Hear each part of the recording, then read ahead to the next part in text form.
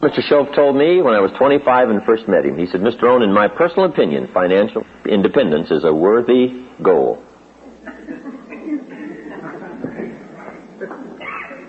Now, he really said that for a reason, because a lot of people are having problems with financial independence simply because they have some moral issues really confused in their minds about the value of money, or the danger of money, or having too much money, or that the true values of life are not wrapped up in money, so money really doesn't matter that much. And some people have some problems in this area, and I'll admit I had some. When I first started making more money in 1 month than my father made in 1 year, at first I was very disturbed by that. And guess what? For a long time I wouldn't even tell my parents. I didn't tell them. I said, what are they going to think? I make more money in 1 month than my father makes in 1 year. How can I tell them? And I was really confused about that. I was really bothered by that for quite a while. I think it was several months. No, because here's when it ended. I finally worked up the courage to tell them how I was doing. I can't remember now just how I put it. I was just trying to figure out some way to put it right, to break the news to them so it, wouldn't be, too great a shock. When I told them what I was doing and what was happening and what was going on, they were just incredibly delighted. They were terribly happy, terribly excited. And I discovered that I'd worried and been bothered all those months for nothing. Because I had this in my mind. How am I going to justify it? How am I going to, work this whole thing out? How are they going to feel? And sure enough, I had just conjured all this stuff up in my mind, and it really was not real. But some people really have some problems on financial independence because they feel that the morality of earning lots of money is a very valid question. Every once in a while, someone after my seminar says, I think you talk too much about money, success. And that's not where the good life is. The good life is not just money and success and making a lot of money and doing well financially. And I understand that. I really do. And I have pondered those subjects all these years. And I don't want it to make it seem like just going for money or financial success is where the true values are. They are not. And hopefully in my seminar I've got enough in there to try not to mislead people that I'm just thinking of financial success. But, so Mr. Shoaff said to me, in my opinion, financial independence is a worthwhile objective. He said, here's why. He said, Jim, once you get money out of the way, you can't believe the other dimensions of your life you can work on. Once you solve the money problem, he said, now you'll have the time, more time, to work on certain other projects of your life that will really start to grow and expand. So he said, for that reason, I think financial independence is a worthwhile objective. And I know part of it's a moral question. There is a Bible phrase that says, the love of money is the root of all evil. But I'm sure the phrase is probably more correct in saying the love of money. The love of money. Now, when I did start getting some of those big bonus checks way back in those early days, my first crack at money, right? I wasn't too worried about, whether or not it was going to ruin me. One of my friends, right, his wealthy friend, when he started making a lot of big money, said, Robert, I don't know if I should give you all this big money or not. Said, money's ruined a lot of people. And Robert said, just try me one time. I mean, let's just see. So we're all willing to go through it, I'm sure, that first time. But I know it is a moral question. Sometimes it's something you just have to wrestle with. But here's what I found out. Financial independence is not something you have to throw away all other values to acquire. You don't have to throw them all away. Now, you could, and that would be foolish. If there's half a dozen major values and you threw away 5 to go for 1, see, that would be foolish. But in my opinion, you really don't have to. But now in the moral question, for those who press me a little bit about talking too much about money and finance and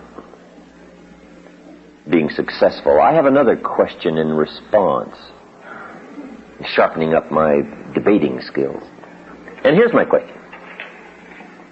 If you could do better, should you? That's pretty good. On my side of the debate, right? If you could do better, should you?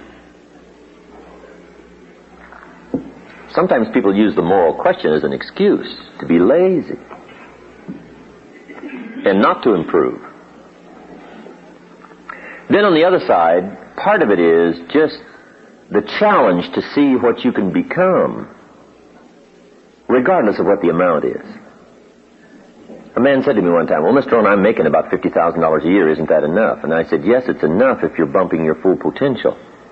But if you're capable of $500,000 a year, you're somewhat of a loser. See, it's not the amount that counts. It's the extent of your reach that counts. That's what we want to do. Employ the full extent of our reach, whatever that amount turns out to be. If it's $5,000 a year, wonderful.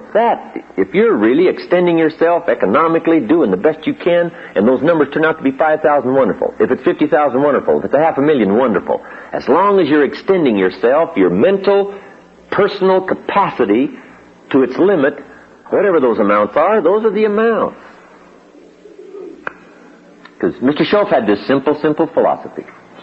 How far should you go? Answer, as far as you can. How much should you learn? As much as you can. How many books should you read? As many as you can. How much should you earn? As much as you can. How much should you share? As much as you can. What should you accomplish? As much as you can. That's a good philosophy. What could I do in comparison to what I am doing? What could I do to extend my reach? Am I fully employed? Good question. And I think that's the answer to some of the moral question.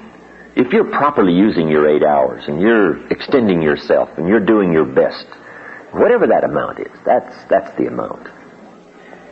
But financial independence is a worthwhile goal. If you can finally set money aside as being such a major object in trying to accomplish and paying the bills.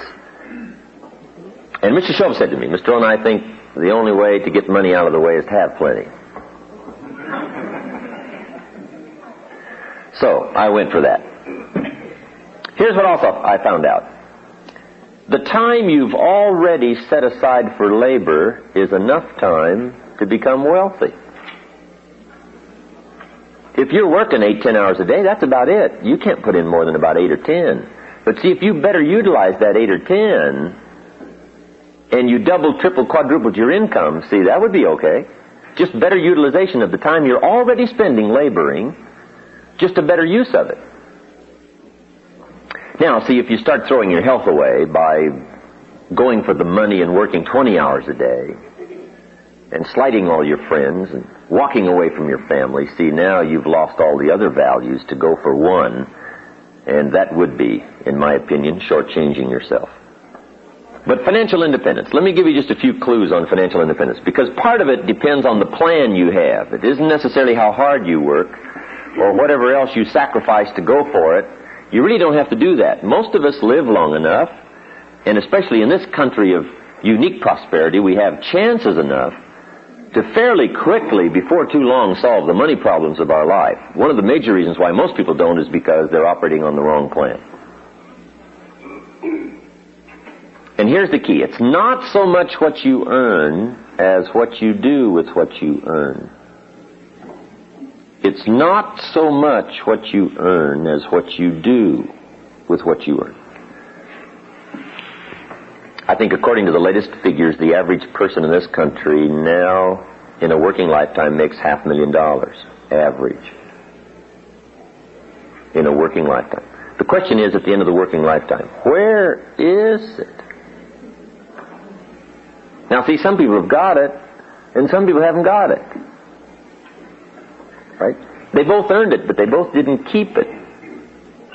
And part of it is just simply operating on the wrong plan. For financial independence, here's a good book to get, to start giving you some ideas. It's called The Richest Man in Babylon. The Richest Man in Babylon by Clayson, George Clayson. It's a good book to start with on financial independence. Neat little story. Give you some great ideas. Here's the theme of the book, The Richest Man in Babylon. Learn to live on 70% of your net income. This is just a suggestion plan. Learn to live on 70% of your net income. Now, net simply means after taxes, because that's the only money you get to see anyway, right? Jesus, master teacher, said, pay Caesar first. And in this country, Caesar takes it before we ever see it, right? So, Caesar gets paid. But those were the instructions. Pay Caesar first. Okay? Give Caesar what belongs to Caesar. In translating this into kids' language, we call it the care and feeding of the goose that lays the golden eggs. Everybody's got to be taught the care and feeding of the goose that lays the golden eggs. You don't tear up the goose and divide it up. Guys, I got me a handful of feathers. Say, oh no. Somebody else says, I got me a wing. Oh no, poor goose. Right? We won't have a goose very long. You must care and feed the goose that lays the golden eggs. And you say, well, the goose eats too much. Well, that may be true. Maybe we all pay a little too much in taxes, I'm sure. Right? The president is trying to get through the Congress some way to reduce our taxes so the goose won't eat too much. And every goose has an inclination to eat too much, right? So the government spends too much money. The goose is overweight. I understand that. But we're all a little over, right? Everything by longevity tends to get off course. Everything. Everything needs to be corrected. And that's just part of life. The longer something goes, the more tendency it is to eat a little too much, indulge a little too much, try to gather up a little too much power. You know, that's just natural, right? And the government's the same way, right? You hire somebody to be a servant in your house, and now they want to take over. You say, no, I hired you to take out the trash, not to run the house.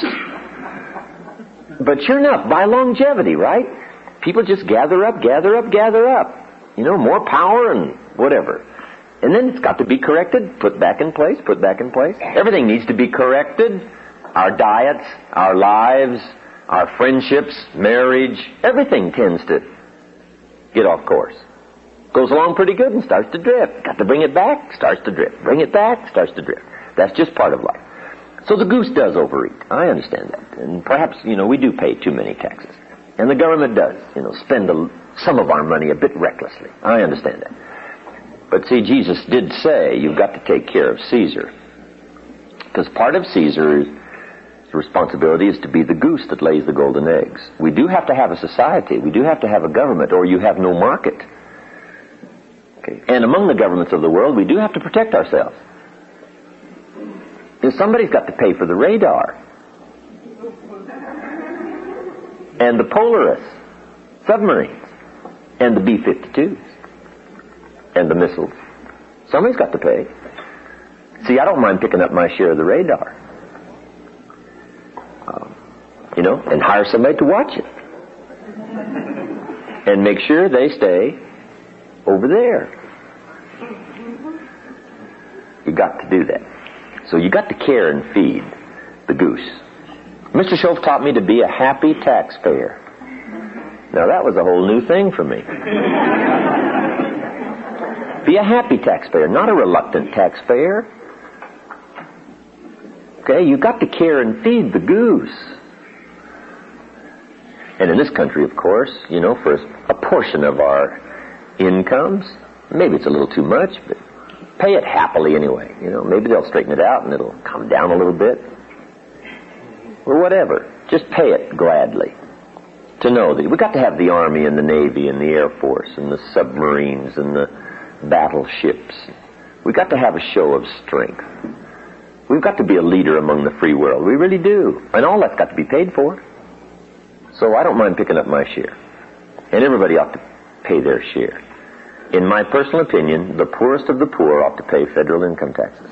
if it's only $1 a year, so they have the sense of contributing to the care and feeding of the goose instead of just taking. They also contribute at least $1 a year, the poorest of the poor, so that they have a sense of helping to pay for the safety and the security of the country. Because see, with our present Navy and Army and Air Force and the governmental structure and what safety we do have around the world, keeps us here secure in our homes, right, where we can work and enjoy each other's, commerce possibilities, trade goods and services, and make money, enjoy ourselves, and have parties. Now, if somebody's willing to do all that out there while we're here having fun, making money, and having parties, I don't mind picking up my share of the tab. Okay. So, Caesar's first. Pay Caesar first. Then, what you got left after Caesar needs to be divided up. And the book, The Richest Man in Babylon, gives you some suggestions on how to divide up your money and where to put it, so that you'll have a good plan. Everybody needs a financial plan. Because here's how you surely wind up broke. Spend all you make. So you just wind up broke. Now, in those early days way back there, I spent more than I made. That's why I'm making it down to budget. Finance.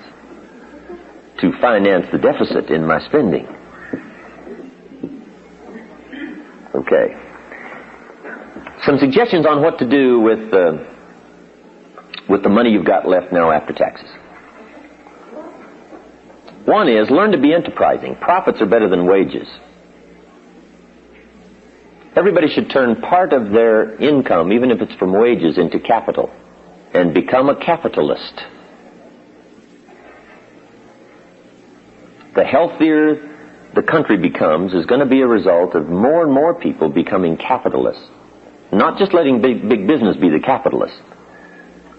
Now, communism teaches that all capital should be in the hands of the state, and we should take it out of the hands of the individuals because they're too dumb and stupid to know what to do with it. All we want them to do is just show up and do their work and go home and behave themselves and stay out of trouble. And we will take care of the capital, the government. Now, see, in this country, we don't believe that. Communism teaches everybody should blend into the mass to the glory of the state. And we all say, heck with that.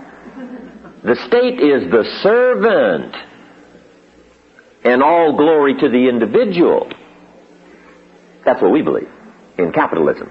Take the capital and divide it up among all the people, and let the people start a business and start this thing going with commerce and interchange of goods and services. And you will create a dynamic society unprecedented in the history of the world. And we've proven that that's true.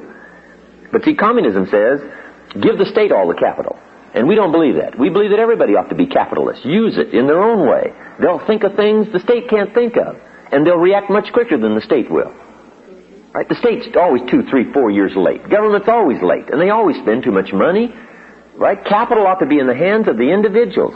Now, if you don't use capital and become a capitalist, and you don't, and you don't, and you don't, and everybody doesn't, pretty soon, guess what? Now the capital will all start going toward the state because the society has to survive. Okay, now these are just some of my personal opinions, but I'm entitled to those, right? I don't even claim they're right. I just claim they're my opinions. That way I'm off the hook. But anyway, be a capitalist. Make sure you've turned part of your income into capital. And so you can teach kids how to be enterprising and capitalists from the time they're little. Just little kids. You teach them how to have 2 bicycles. One to ride and one to rent.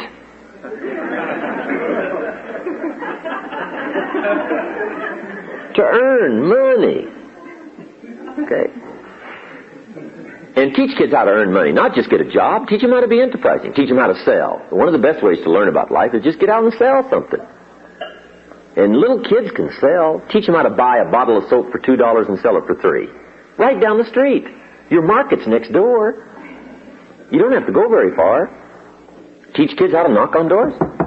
Say, Miss Brown, I got this soap. It's the finest in the world. Teach them how to do that. And then teach them all the advantages of being a kid. Some people will buy from you just because you're little. They will. It's an advantage. And the littler, the better. So you teach them how to be little. And you've got to hurry because you won't be little forever, right? Get out there and take advantage. Right? So a little kid knocks on the door and says, Miss Brown, I've got this soap. It only costs $3 and it's the best there is. And I'm your neighbor. I can take care of you. You should buy it. And besides, I'm little. Miss Brown says, hey, I appreciate you coming by. That's really nice. I appreciate that. But look, I've already got plenty of soap. Little kid says, well, let me come in and check. See, kids don't mind doing that, right? I mean, they know how to overcome objections. You don't need to give them classes. They're incredible. Now, a little kid makes a sale, it's got $3. Now what you got to do is not only teach them how to earn the $3, how to get the $3 by making a sale. Now you got to teach them what to do with the money. Now, it's very simple what to do with $2, right? Set it aside so you can buy another bottle of soap. Kid says, well, that makes sense, otherwise you'd be out of business. That's right. And I know some adults are a little short on that information. So you got to set aside $2. Kid says, well, okay, then I got $1 to spend. Say, no, if you spend that, you'll wind up like most people age 65 broke. And then take them to that part of town where people are 65 and broke. And show them. Let them walk around the neighborhood, drive around. And the kid says, well, I don't want to live like this. Say, fine, now here's what you do with your money. You just got to show. Sometimes you got to go and touch and look and see what you don't want so that you'll make arrangements over here not to ever be there. What was that movie they came out with where they took the kids to the jails? Scared Straight. Let them visit with the prisoners, right? And firsthand they looked around, saw these bars in the jail, prisons, talked to some of the prisoners, and firsthand got somebody to say, whatever you do, don't come here. Now that's not some minister saying don't go there. That's the man saying don't come here, whatever you do. Let me show you what it's like. Here's where I have to sleep. I can't get out. I've got 15 more years to spend here. Kid's eyes get about this big saying, I don't ever want to wind up here. See, that's good, right? And to teach us all, we've just got to go where it is, where people have had the wrong plan. And that's sad, right? To look back and say, I picked up the wrong plan at age 20. Look where I am. Who talked me into this plan? I bought the wrong plan. So then the kid says, okay, what'll I do with my $1? Say, here's what you do with your $1. 10 cents is for the increase of capital. And everybody ought to have the same plan. 10 cents out of every $1 should be for the increase of capital. Now see, the kid understands this right away. He says, well, that's true. If you saved up your dimes and could buy 2 bottles of soap instead of 1, you save yourself a trip. That's right. Now, not only do you save yourself a trip, some people will sell you 2 bottles cheaper than 1. You buy 1 bottle for $2. They sell you 2 bottles for $3.80. Kid says, how clever. Then when you sell it, you make more money. That's right. That's why you've got to accumulate your capital, because everybody benefits from it. They get to sell 2 bottles instead of 1 at a time, so it's better for them, and it's better for you, and it's better for everybody. Now you're starting to teach commerce, capitalism, how to earn money, how to be responsible, and mainly what to do with it. Here's another 10 cents. Another 10 cents is to give. Charity. I really should have put that first. Right after Caesar, Jesus said, pay Caesar first, then pay God. Charity. Some churches teach 10%. That's good. Like, give it to the church and let the church distribute it however. Or distribute it yourself, whatever. But make sure you put back part of what you take out. Charity. Some people are less fortunate. Some people, live tragic lives and they need our help. So 10% set aside to help those that are unfortunate, cannot help themselves. 10 cents for giving. And a good time to learn 10 cents for giving is when you're little. Because see, it's pretty easy to flip a dime out of a $1. What's a little more difficult is to give 100,000 out of 1,000,000. Somebody says, oh, if I had $1 million, I'd give 100,000. I'm not that sure. That's a lot of money. We better learn it now, just in case, you get the big stuff and won't turn loose of it. So develop the habit now of the 10 cents, right? Kids should learn the first dollar you get, you should learn how to divide it up. Because if you let a kid, when he gets his first dollar, spend it all, you've already started them on the wrong habit pattern. Now, what if they do that the rest of their life? They will be in serious trouble. So you got to teach them what to do with the first dollar, or as quickly as possible, correct what might be wrong. So 10 cents for charity, 10 cents for the increase of capital, and 10 more cents is for investing. Now, at first, use that 10 cents, thinking, the richest man in Babylon says, use 10 cents to pay off all your bills, which is good. Now you can start using it for investing, but pay off all your bills first. All the little accumulation of credit cards and all that stuff. There's a Bible phrase that says, the borrower is servant to the lender. And as quickly as possible, you don't want to be a servant anymore. What you want to be is a lender, not a borrower. Get on the other side of the table as soon as you can. The borrower is servant to the lender. Now, once you've got all those little bills paid off, just cleaned up all the little bills, Arnold's linoleum, everything, all that stuff, just clean all that up. Now you've got some money to invest. Now here's where you should invest some of your money, in financial institutions, so that it provides a larger capital pool for successful people to borrow and start big businesses that you at first can't start. Build big factories and employ lots of people. There needs to be a collection of capital so that people can borrow it. And guess what they will do when they borrow your money? Pay you for the use of it. So you teach kids how to put their money in savings accounts, financial institutions. In Australia not long ago, a man said to me, I'm recommending everybody put their money in gold, take it out of all the banks. I said, then you'll bankrupt the country. You can't do something and teach it to everybody else that's going to bankrupt the country. You can't be totally self-protective. You must care and feed the goose that lays the golden eggs.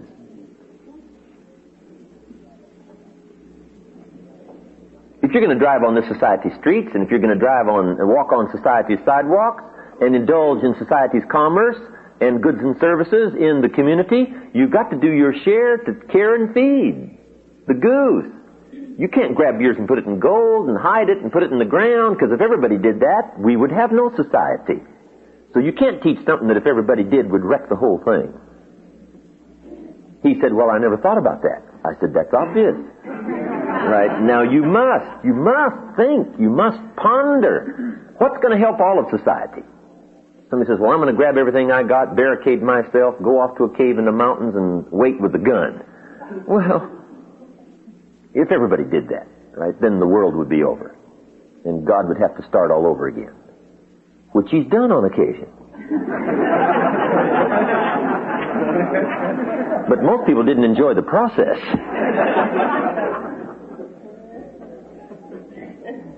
So what's going to help everybody? What's going to help commerce? What can I do on my part on taxes and my part on savings and my part on helping financial institutions that will build businesses and employ more people and keep the health of the country going and alive? Right? You just have to think, not just about yourself. Right? Self-thinking is for the development of skill.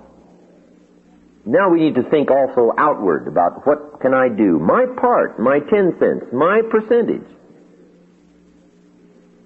And you can teach this to kids. Put your money in financial institutions. Kid says, well, do you get it back? Say, sure you get it back. They borrow it for a while and give it back to you. And they also pay you interest on it. Pay you money for using it. Kid says, how clever. And then you give him the blockbuster. He says, yeah, but what do they pay kids? And you give him the good news. Same rate as they pay adults. Now you can start acting big. Because now, number one, you are a lender instead of a borrower, and you're getting paid as much as adults. Even if you're 10, they pay you the same percentage. Kid says, wow. Now then, you also have to teach kids how to be happy taxpayers. Because kids become taxpayers as soon as they spend money. They go down to the local store, spend 50 cents. Shopkeeper wants what else? 3 more cents. Kid says, it says 50 cents here. Says, it's 53 cents. You got to give me 3 more cents. Kid says, well, what's that for? Who gets that money? Now, at age 10, he's a taxpayer. 3 cents he's got to cough up. Out of his hard-earned money. He earned it. It's his. Kid says, the shopkeeper says, you got to give me 3 cents. It's taxes. Little kid says, well, I'm only 10. Doesn't matter. At 10, you become a taxpayer. Now you've got to teach kids how to be happy taxpayers and what the 3 cents is for. Otherwise, they will be confused. So you teach them what the 3 cents is for. See, see the sidewalks and the streets? Everybody can't make their portion of the street. You don't have the equipment. So what we do is we all gather up this money from all of us, and we pay somebody to build these streets and these sidewalks. So you have something to ride your bicycle on, and you can go places. Kid says, well, that makes sense. Then here's my 3 cents. I'll make my contribution. It's part of the care and feeding of the goose that lays the golden eggs. And then you also teach kids. See the police car going there? You own that. It's yours. And the guy in it's one of your servants. Servants, called public what? Servant. So at age 10, you got some servants. Servants. Taking care, keeping the bullies away. When you get in trouble, give a call. See, once kids understand, once people understand where the money goes, what's it for, make the happy contribution, divide up your money gladly instead of reluctantly, okay, then you can just change a lot of this inner turmoil.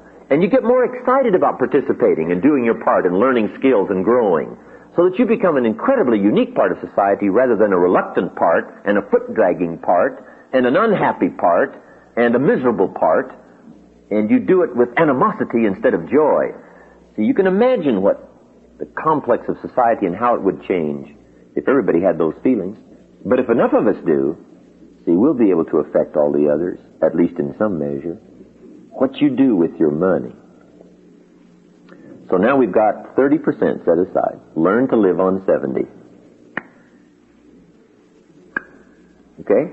Caesar first, then God, 10 cents for increase of capital, 10 cents to invest. Live on 70. Now once you get doing extremely well, you can even start living on less and less and less, because the amount is more and more and more. Now a few more tips on financial independence and we'll take our first break.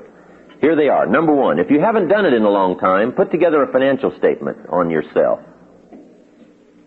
A financial statement simply is a piece of paper divided in half, and on one side is all the list of your assets, the value of your assets. On the other side of the paper is all that you owe, called liabilities. Then you subtract one from the other, and that now is called your net worth. Mr. Shope asked me, have you put together a financial statement recently? I said, I never have put together one. He says, well, now's the time to do it. And I wasn't too happy about putting together that first one. I says, well, it's not going to look that good. He said, it doesn't matter how it looks. You got to have one.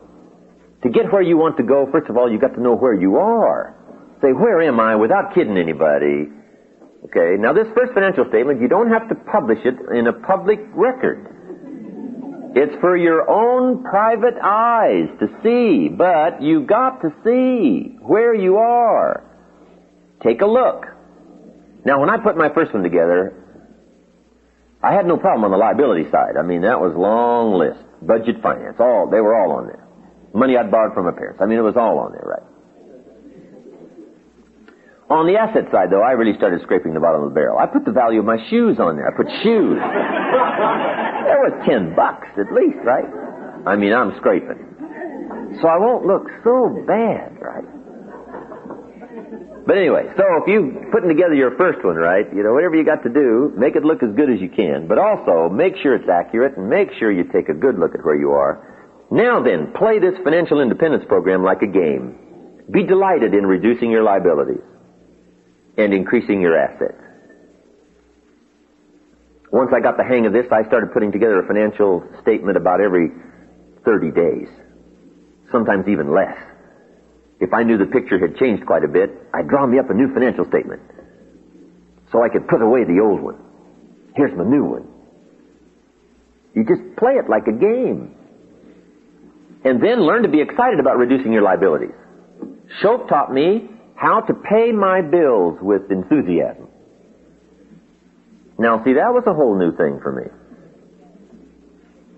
He said, the next time you pay $100 on an account, put a little note in there and say, with great excitement I send you this $100. He says, you won't believe what it'll do on the other end, right? When they get that note. But he says, most important of all, you won't believe what it'll do on your end. Now starting to part with your money with excitement, with enthusiasm. He started changing my whole opinion about money and about paying my bills and about capital and learning to live within restricted limits. He got me excited about it. And see, a big part of what you do with your plan is going to be your attitude about it. So develop a whole new attitude about your money. Remember, it's not the amounts that count. It's the attitude and the plan. He got me to open up my first savings account. And he said, go down there with excitement and open it up. I'd never had a savings account. So I told him, I said, well, I don't have any money to open up a savings account. He said, have you got $10? I said, well, yeah, I got $10. He said, then go get it open. It's not the amount, it's the plan. So I marched down to the bank and opened up my first savings account. Now that took a little bit. I'm a grown man. And I said to the lady, they waited on me there at the bank. I said, I want to open up a savings account. She said, fine, what's your name? I said, Mr. Rohn. She said, Mr. Rohn, just fill this out. I said, okay. So I filled it out. I said, there it is. She looked it over and she said, that's fine. She said, how are we going to get this started? I said, put 10 in. She said, 10 what? I said, $10. $10.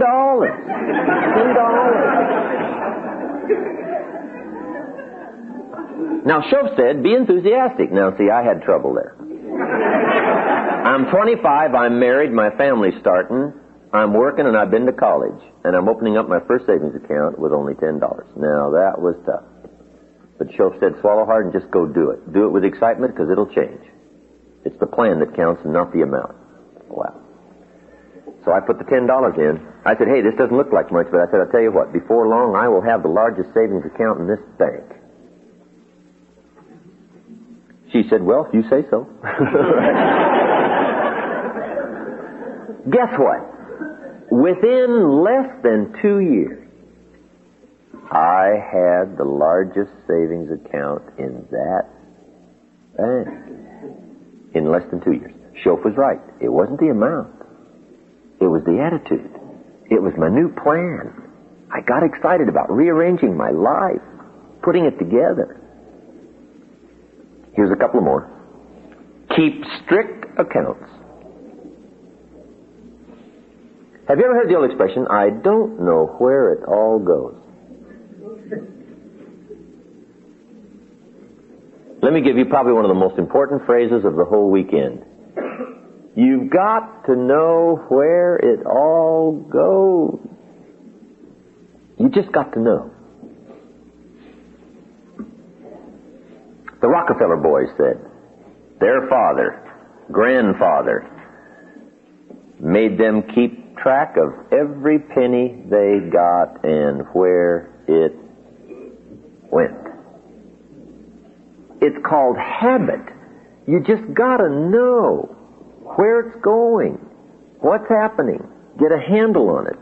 It's part of how you become financially independent. Because I found out, even early in the game when I was making some pretty good money, I found out you could make $5,000 a month and go broke. Somebody says, how could you go broke making $5,000 a month? It's easy. Spend $6,000. And 9 months from Thursday, it's over, right? If your outgo exceeds your income, your upkeep becomes your downfall. You gotta know where it goes. So keep strict accounts. Now then, when you can start investing, start a little business on the side, do a little buying and selling. See, some of the people just got incredibly wealthy in this part of the country, right, in real estate in the last 12, 15 years. Unbelievable. Be on the lookout for buying. Now, collectively, for us, in doing business, we have somebody who specializes in looking for investments. But until you can afford that kind of luxury where people can look and find places, to put your money to get best advantage of making it useful as well as making money, you've just got to be sharp enough on your own to do some buying, do some selling. Now, so you can even teach kids how to make proper investments. What if kids bought light bulbs 3 years ago and just put them aside, put them away? Went down to Safeway and bought them. And brought them home, put them under the bed, put them in the closet. 3 years ago. What are they worth today? 2 or 3 times as much as they were 3 years ago. How would you like to make that kind of return on your money? Incredible. Kid says, light bulbs, I never thought about that. Just buy some and set them aside. Buy 1, buy 10, buy a dozen, buy 100. Save up your money, put them in light bulbs, set them aside. Okay? 3 years later, now you got some light bulbs to sell. At an incredibly inflated price. Kid says, well, yeah, where do you sell light bulbs? Same people that are buying your soap. Just right down the street.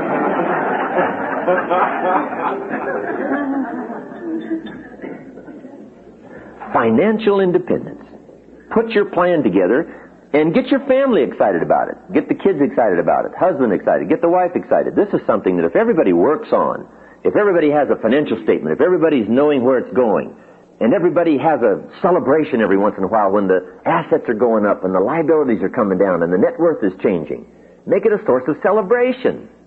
Right? We're among an incredible group in comparing financial statements. I think the major guy in our group's worth about $50 million. So, he becomes an incredible incentive for the rest of us. It's nice to have somebody around, right, that's carrying that kind of heavy, right? It gives you something to shoot for. You're looking and say, I'm looking pretty good. And then you see somebody else's financial statement and you say, well, I got a little ways to go. But anyway, play it like a game, get excited about it, develop the skills and how to earn money, thinking of enterprises, investments, developing more skills so you can earn more money, but then have an incredibly excellent plan on what to do with your money. And sure enough, very quickly, the first year, the second year, the third year, you can't believe the changes that'll start to be made. And the major change, of course, is in your own self-confidence, and that's where riches come from, self-confidence.